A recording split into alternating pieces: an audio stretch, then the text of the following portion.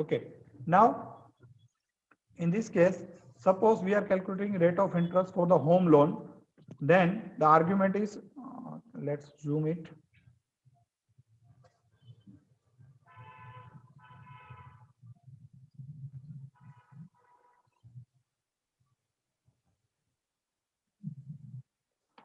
Equals to rate.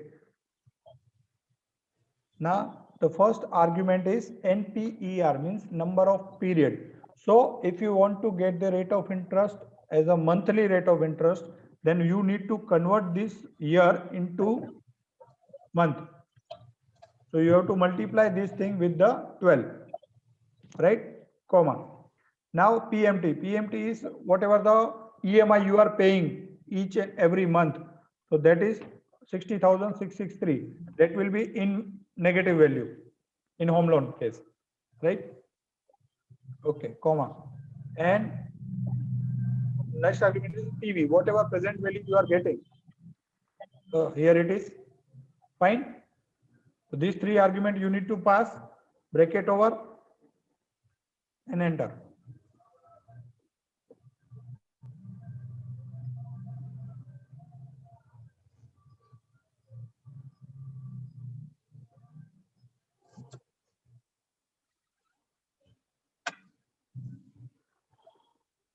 Here it is, it's 0.67 percentage, right? What Aniket you have done is you have minimized this decimal value. ठीक है, आपने decimal values निकाल दिए थे इसलिए आपको नहीं दिख रहा था, राइट? तो this is the rate of interest you are getting for this home loan, means you are getting 5 lakh rupees of home loan, you are going to pay for 10 years and the EMI amount is 60,663, right? In that case your rate of interest per month is 0.67. Okay, now let's go for investment. Same thing, we want to go for investment. Again, rate bracket. The first argument is NPER. What will be NPER? That is number of period. It's 5 years. What I need to do? Simply select 5 years. 5 into 12. Into 12. Comma. PMT. That is your monthly EMI. That is 250 rupees. Right? Then comma. Then present value. What is your present value? So right now you are investing 5,000 rupees. यहाँ पे आपका investment है तो that should be in minus value. Aniket, Aniket? Hanji sir. That 5,000 should be in negative because right now you are investing something. It's an investment case. So what you need to do is sir. Negative 5,000. Right now what I am doing is 15 comma is into -1 कर देता हूँ. Right? That will be in minus. Now future value. What in future what you are going to get? So here it is. Here he has mentioned 0. Why? Investment में तो कुछ मिलना चाहिए ना, जाएगा थोड़ी कुछ. But it, suppose 10,000 rupees we are going to get.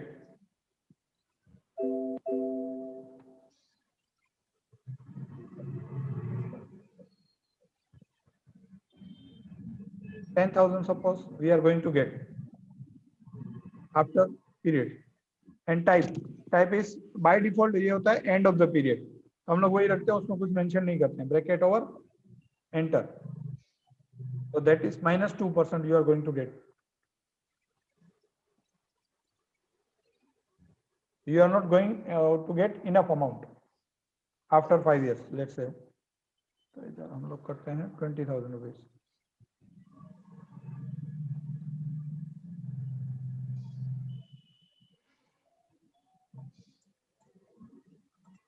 G16 into 12.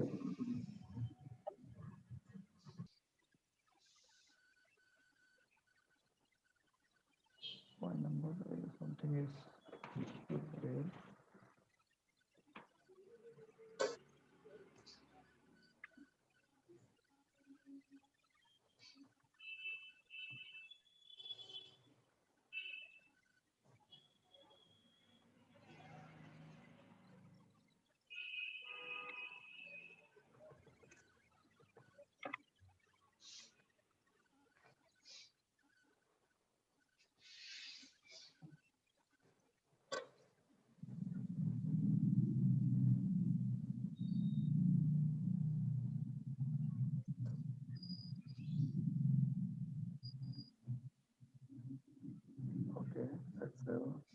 Help आता है आपने?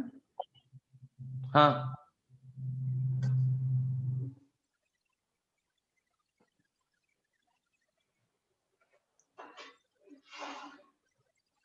NPER 60, PMT minus 250, PB 5,000. minus 5,000,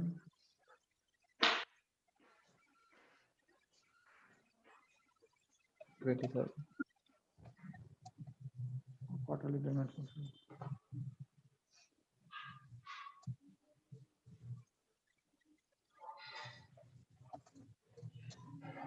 Sir, present 20,000.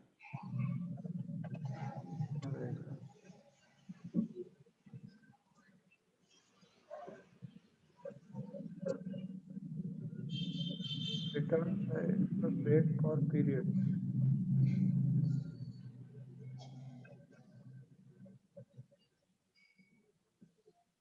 Hello हाँ, सर, पीएमटी और पीएम प्रेजेंट वैल्यू में एक ही साइन चाहिए ना, माइनस दोनों में के दोनों में दोनों से में एक ही चाहिए ना, क्योंकि इन्वेस्टमेंट के लिए हम लोग कैलकुलेट कर रहे हैं. We are calculating for investment, that's Y.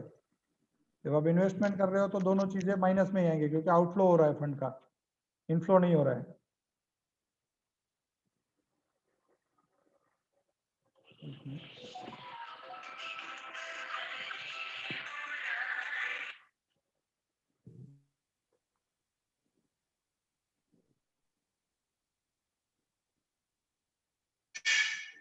Just a minute.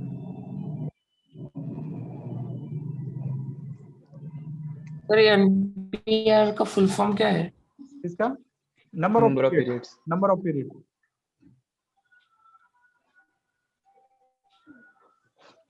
अच्छा, नंबर ऑफ सर इन्वेस्टमेंट में पेमेंट थोड़ी जाता है सर. इन्वेस्टमेंट में इनिशियली तो इन्वेस्टमेंट करना पड़ेगा ना, या तो नहीं भी करोगे तो वो जीरो होगा. चलिए ना, कुछ ना कुछ होगा. दोनों तरह के इन्वेस्टमेंट होते हैं. कभी आपको क्या बोलेगा कि अभी 5,000 इन्वेस्ट करो, फिर हर महीने 250 रुपया दो तो आपको इतना मिलेगा. या ऐसा बोलेगा कि मंथली आप 250 देना स्टार्ट करो, पहले कुछ भी मत दो तो भी चलेगा. दोनों तरह के इन्वेस्टमेंट होते हैं ना.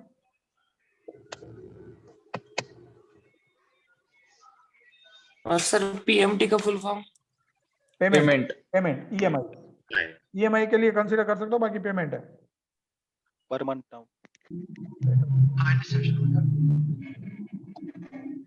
PR 24, 75,000 investment.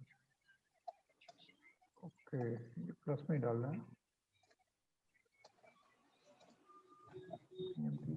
PMT नहीं करना, हमको करना है.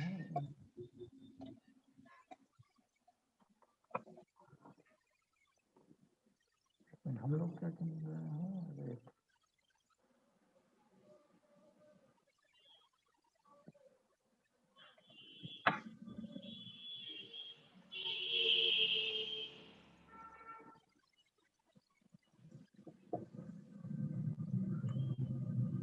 सर एक्चुअली वो जो फॉर्मूला है वो actually present value is equal to monthly payment into annuity factor होता है. तो प्रेजेंट वैल्यू यहाँ पे 5,000 है and monthly payment 250 and rate 1 point जो भी रेट होगा वो निकाल रहे हैं. सो सिर्फ प्रेजेंट वैल्यू पॉजिटिव में 5,000 करेक्ट है.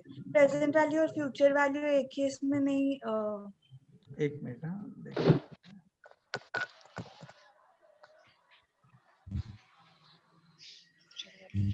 लोन अमाउंट में 8,000 है.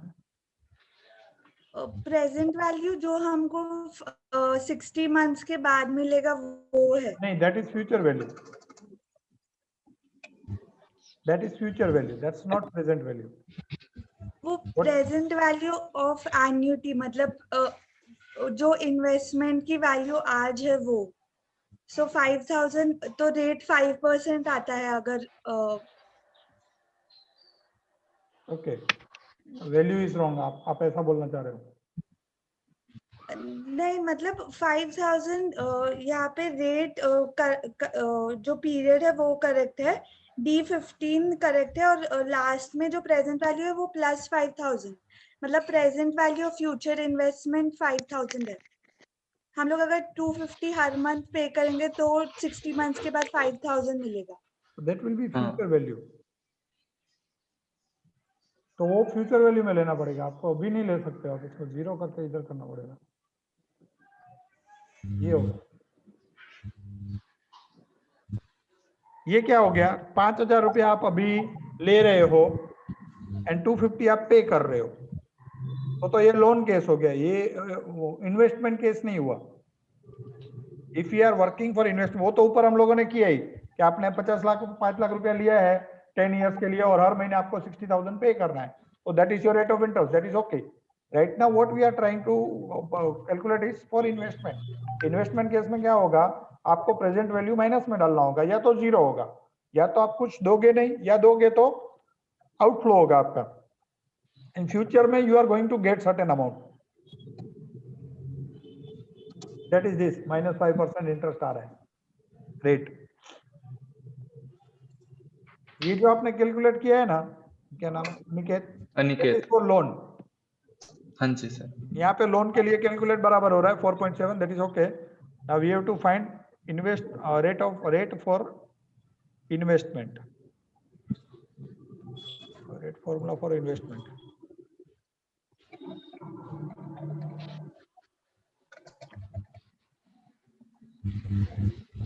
Find it out.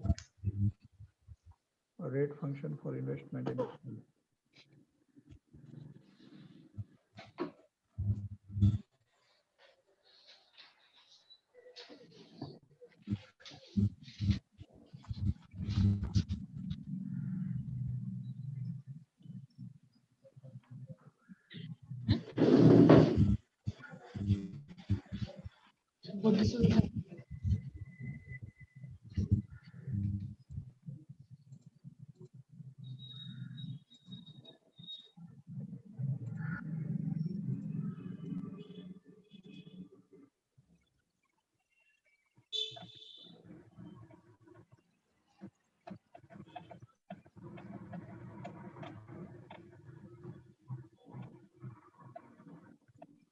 Okay, I'll study it right now and tomorrow we'll come to this for investment, right?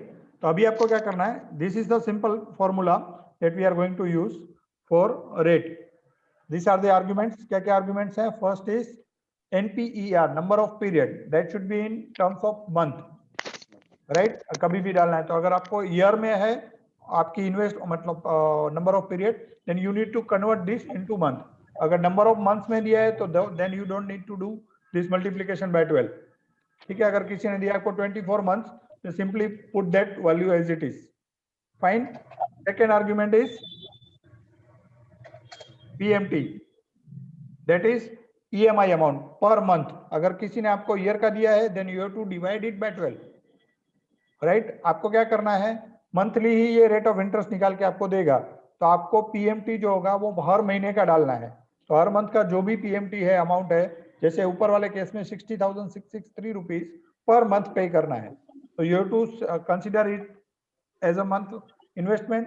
Then present value, whatever loan amount you are getting right now और whatever amount you are investing right now, you have to select that, right? Currently जो starting में at the starting of beginning of the transaction, whatever amount you are getting और giving, जो भी amount है उसको as it is PV में रखना है।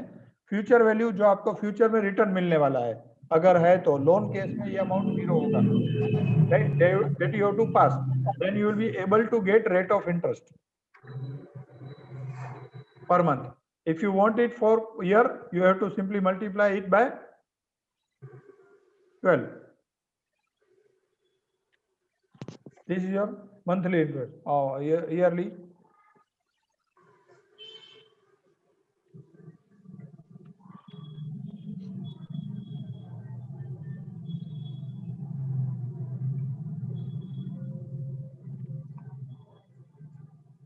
This is your yearly rate of interest. Got it? समझ में आया? Yes sir. लग नहीं रहा है आवाज से। सिंपल है, देखो रेट ऑफ इंटरेस्ट समझ में आया सर? हाँ, रेट ऑफ इंटरेस्ट समझ में आया ना? बस रेट ऑफ इंटरेस्ट में इतनी आर्गुमेंट देनी है आपको, you will get rate of interest पर मंथ। अगर आपको ईयरली चाहिए, simply multiply it by 12, you will get rate of interest, right? अब दूसरा फॉर्मूला जो है दैट इज एनपीईआर। अब आपके पास रेट ऑफ इंटरेस्ट है, प्रेजेंट वैल्यू है, लास्ट फ्यूचर वैल्यू है, सब कुछ है, बट आपको ये पता नहीं है कि आपको सर पेमेंट कितना भरना है। सर ठीक है, अब भाई आपको ऐसा जानना है कि मुझे पर मंथ पेमेंट कितना करना है, then you can select PMT.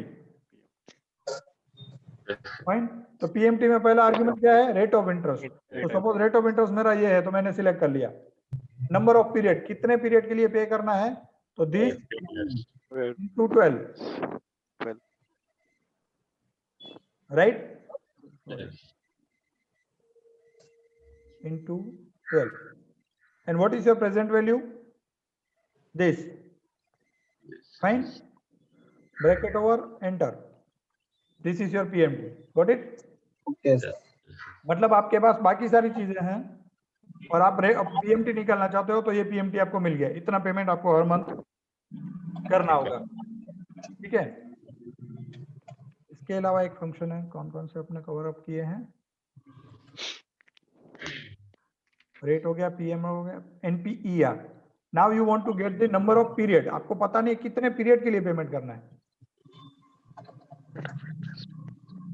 एनपीईआर bracket, now here you have got rate of interest, तो आपके पास रेट ऑफ इंटरेस्ट है, कॉमा पीएमटी कितना पेमेंट करना है वो भी आपके पास है, प्रेजेंट वैल्यू कितना आपका इनिशियल पेमेंट वैल्यू है वो भी आपको पता है, देन 120 डिवाइडेड बाय 12, तो आपको मिल जाएगा हाउ मेनी ईयर्स।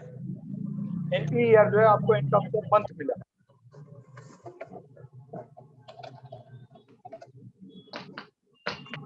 हेलो, समझ में आ रहा है, सब एक दूसरे के साथ इंटरकनेक्टेड है। अगर आपके sir. पास Yes, बाकी सब चीजें हैं, you can get the NPER by number of period. ठीक है, if you have got loan amount, you have got the PMT amount, you have got the period, then you can find the rate, कितना rate of interest है। अगर आपके पास loan है, rate है, PMT है, then you can find the number of period also by NPER. तो जो टर्म, कोई भी एक फॉर्मूला में जो भी टर्म है आपका, वही टर्म आपके फंक्शन के नाम भी वही है। जैसे एनपीईआर से आप नंबर ऑफ पीरियड ढूंढ सकते हो, रेट से रेट ऑफ इंटरेस्ट ढूंढ सकते हो, right.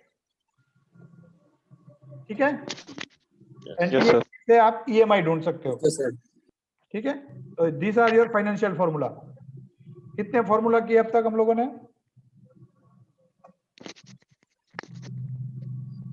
How many formulas we have covered up till now? 8. हाँ, what are date diff, E date, year, month, day and year month, right. Let's do this. First is date diff. As the name suggests, date diff is useful for getting difference between two dates. मैंने आपको पहले दिन बताया था कि जो Excel है वो डेट को एज अ नंबर स्टोर कर रहा है, जैसे 1/1/1900, ये उसके लिए एक नंबर है, right.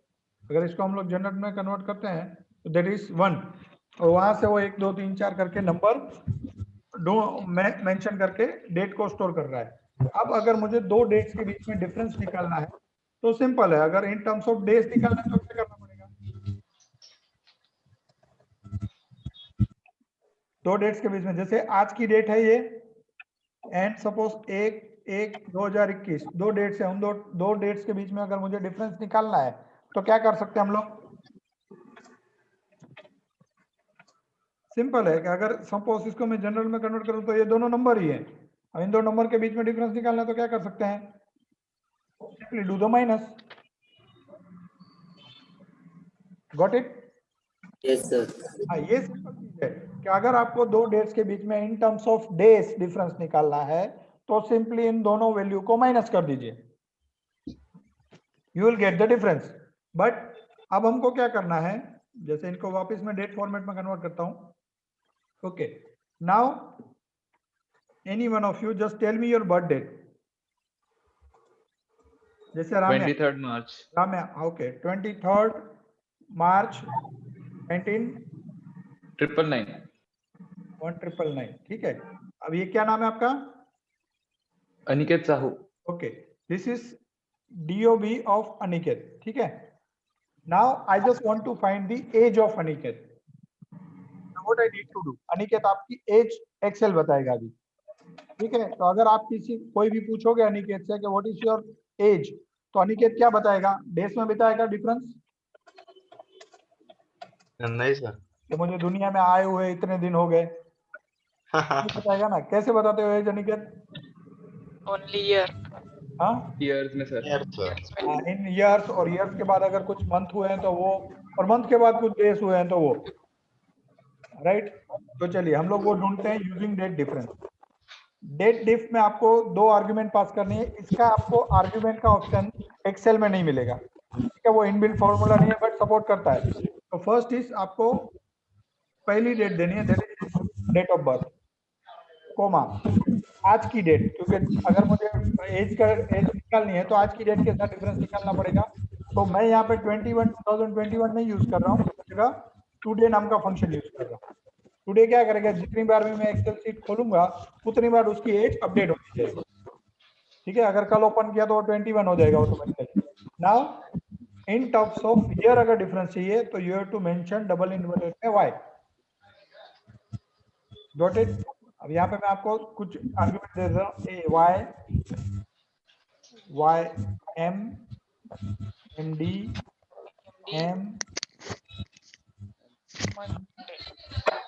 N Y D, these are the argument you can pass on a last। सबका क्या मीनिंग होता है that I will tell you, right. अब मुझे इसको ड्रैग कर लेना है। मुझे क्या चाहिए, यहाँ पे y जो लिखा ना मैंने, उसकी जगह मैं ये D4 सेल सिलेक्ट कर लेता हूँ, D4, ठीक है, गॉट इट। ये क्या करेगा, वही करेगा। 21 ईयर की एज हो गई अनिकेत आपकी? जी सर। Okay fine. अब मुझे इसको ड्रैग करना है तो क्या करना पड़ेगा, सपोज मैं नीचे ड्रैग करना चाहता हूँ तो मुझे क्या करना चाहिए, मुझे सबके लिए फॉर्मूला लिखना है, सिर्फ कॉपी पेस्ट कर देना। बताइए क्या करना पड़ेगा?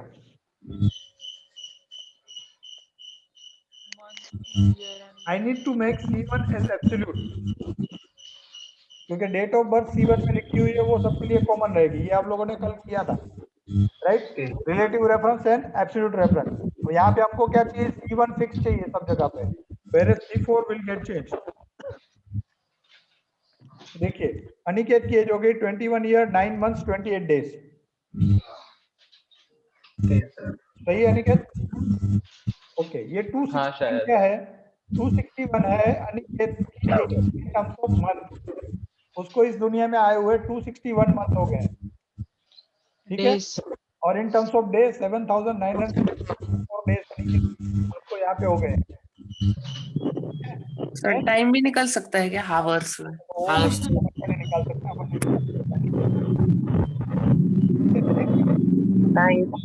Seconds.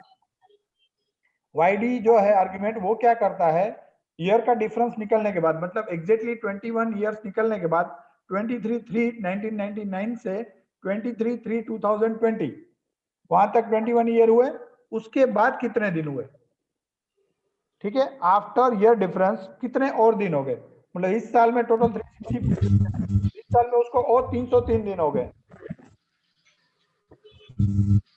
Got it.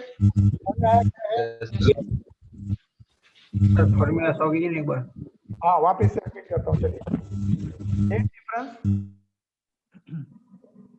Date difference में 3 आर्ग्यूमेंट आपको पास करनी है। पहला आर्ग्यूमेंट है फर्स्ट डेट, सेकंड आर्ग्यूमेंट है सेकंड डेट, थर्ड आर्ग्यूमेंट है इन टर्म्स ऑफ व्हाट।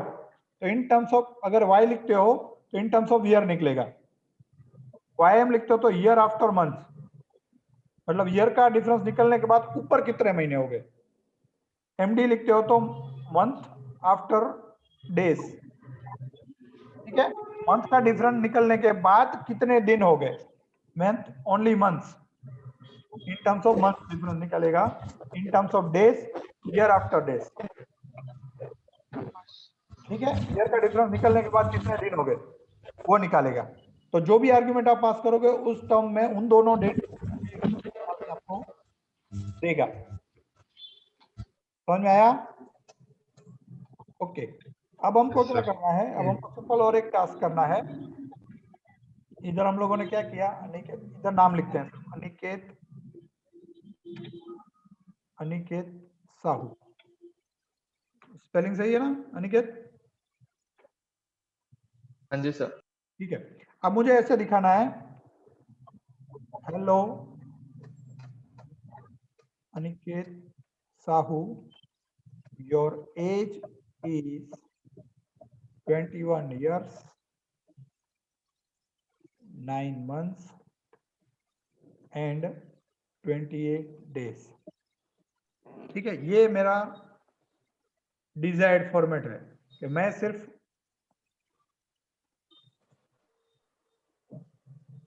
सिर्फ क्या करूं, एक डेट डालूं किसी भी बंदे की, उसका नाम डालूं, तो मुझे डिजायर्ड रिजल्ट ये चाहिए, ऐसे दिखना चाहिए। ठीक है, तो इसके लिए हमको क्या करना होगा, तो एक फॉर्मूला मैं आपको और समझाता हूं जो बीच में आएगा, कॉन्केटेनेट। किसको है ये फॉर्मूला कॉन्केटेनेट? कॉन्केट का फंक्शन किसको है, ये वाला?